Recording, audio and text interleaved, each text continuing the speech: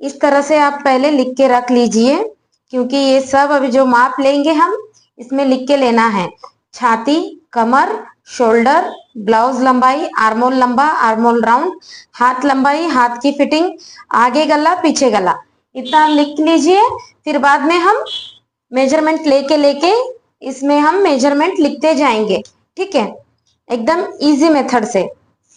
और देखिए ब्लाउज को पूरी तरह से जिस तरह हमारे बॉडी में बैठता है उसी तरह से बिठाना है। यहाँ पे इसको टेबल के ऊपर, पहले आप टेबल के ऊपर बिठाइए या नीचे बिठाइए, कैसे भी बिठाइए, पहले हमारे ब्लाउज में जिस तरह बैठता है उसी तरह बिठाइए, फिर बाद में जाके हमें मेजरमेंट लेना है। चलिए हम पहले लेते हैं छाती की चौड़ाई। हमारी छाती की चौड़ाई है 18.5 इंच। ये देखिए 18.5 इंच। 18.5 इंच मतलब टोटल हुआ 37। 18.5 इंच है छाती की दूसरी भाग, तो 18.5 मैंने यहाँ पे लिख लिया। छाती का 18.5 इंच, इस तरह से आप भी लिख लीजिए, ठीक है। फिर अभी हम लेंगे कमर की चौड़ाई। ये देखिए कमर है हमारा 14, तो जितना है उतना लिख के लेना है। फिर बाद में शोल्डर देखना है, शोल्डर को भी अच्छी तरीके से बिठाइए। फिर बाद में ये देखिए शोल्डर 10 आ रहा है, शोल्डर 10 है। फिर ब्लाउज की लंबाई, ये देखिए ये शोल्डर से लेके यहाँ तक हमें देखना है। जहाँ पे टक्स पॉइंट है हमारा, उस टक्स पॉइंट पे आपको इस तरह से रख के चेक करना है। तो हमारा ए वाली ब्लाउज की लंबाई है 13, तो मैं यहाँ पे 13 ले रही हूँ, ठीक है। आर्मोल लंबाई, अभी आर्मोल की लंबाई यहाँ कैसे देखना है, ये देखिए शोल्डर के यहाँ रखना है, शोल्डर के यहाँ टेप रख के इस तरह से आर्मोल की लंबाई आपको चेक करना है। ये देखिए इस तरह से लाइन लेने के बाद ये इस आर्मोल फिटिंग के यहाँ आना चाहिए ये लाइन, ठीक है। तो यहाँ पे है 5, आर्मोल लंबाई है 5।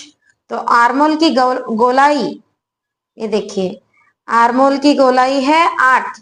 आर्मोल की गोलाई कंपलसरी नापना है दोस्तों।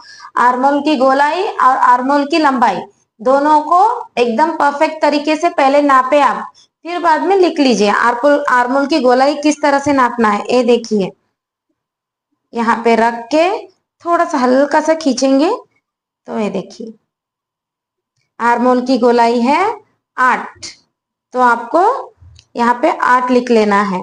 फिर बाद में हाथ की लंबाई है 5, तो यहाँ पे हाथ की लंबाई 5 लेना है। हाथ की फिटिंग, ये देखिए हाथ की फिटिंग है 5.5 पे 2 पॉइंट, ठीक है। 5.5 पे 2 पॉइंट। पीछे का गला इस शोल्डर से लेके इस तरह से रखिए, ये देखिए 8 आ रहा है, ठीक है। इस तरह से रख के इस तरह से नाप लीजिए। पीछे का गला 8 है और आगे का गला नापना है दोस्तों।